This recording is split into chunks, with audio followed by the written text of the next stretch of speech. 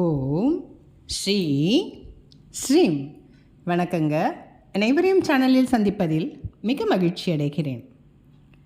சங்கடஹர சதுர்த்தி இது ஒரு சிறப்பான பதிவு அப்படின்னு பார்த்திங்கன்னா, நிறைய தெய்வ திருமணங்கள் நிகழ்ந்த மாதம் அப்படின்னு பார்த்திங்கன்னா, இந்த வைகாசி விசாகம் அந்த மாதத்தில் தான் நிறைய திருமணங்கள், தெய்வ திருமணங்கள், பிரம்மா சரஸ்வதி அந்த மாதிரி உங்களுக்கு முருகன் திருக்கல்யாணம், மீனாட்சி கல்யாணம் இதெல்லாம் இந்த சித்திரை வைகாசியில் தான் வரும் உங்களுக்கு.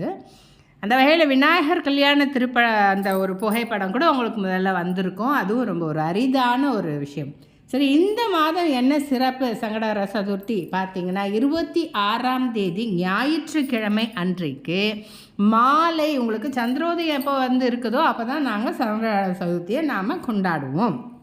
அந்த வகையில் இந்த மே மாதம் 26ஆம் தேதி மாலை 6:06 அந்த நேரத்திலிருந்து மே 27 திங்கட்கிழமை அன்னைக்கு மாலையில் ஒரு 4:45 வரைக்கும் இருக்குது, 4:50 வரைக்கும் இருக்குது உங்களுக்கு.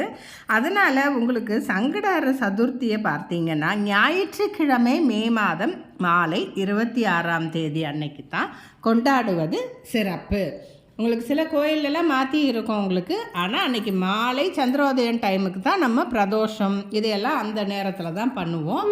அந்த வகையில் உங்களுக்கு மே மாதம் 26ஆம் தேதி ஞாயிற்றுக்கிழமை மாலை 6 மணிக்கு சங்கடஹர சதுர்த்தியை விநாயகருக்கு போயிட்டு நாம் வழிபாடு செய்தால் நிறைய நல்ல விஷயங்கள் நடக்கும். குறிப்பாக திருமண விஷயங்களுக்காக நம்ம வேண்டிக்கிட்டு என்ன வேணால் செய்யலாம்.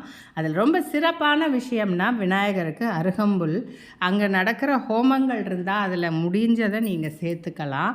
அதே போல் நைவேத்தியங்களில் கொழுக்கட்டை சிறப்பு, இல்லைன்னா சுண்டல், அந்த கொண்டக்கடலை போட்டு சுண்டல் செய்கிறது, எள்ளு பூரண கொழுக்கட்டை, இல்லைன்னா பிடி கொழுக்கட்டை, எது வேணுமோ உங்களுக்கு முடிந்ததை செய்யலாம்.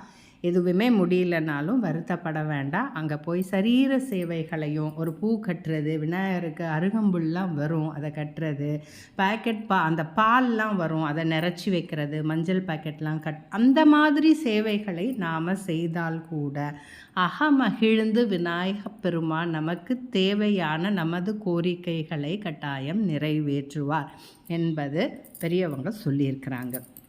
அந்த வகையில் நாளைக்கு 26ஆம் தேதி ஞாயிற்றுக்கிழமை மாலை சங்கடஹர சதுர்த்தியை தவறாமல் சங்கடங்களை நீக்கி நிம்மதியான வாழ்வு பெற விநாயகப் பெருமானை வழிபாடு செய்யுங்கோ. உங்களால் என்ன முடியுதோ அந்த பூவோ என்னவோ அதை கொண்டு போய் கொடுங்க. உங்களுக்கு தெரிஞ்ச ஸ்லோகங்கள் சொல்லுங்கள். விநாயகர் அகவல் அதை படிக்கிறது நாளைக்கு கூடுதல் பலன்களை தரும்.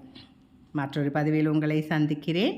இந்த பதிவுகள்லாம் உங்களுக்கு பிடித்திருந்தால் கட்டாயம் லைக் செய்யவும், ஷேர் செய்யவும், சப்ஸ்கிரைப் செய்யவும் மறந்து விடாதீர்கள். நன்றி, வணக்கம்.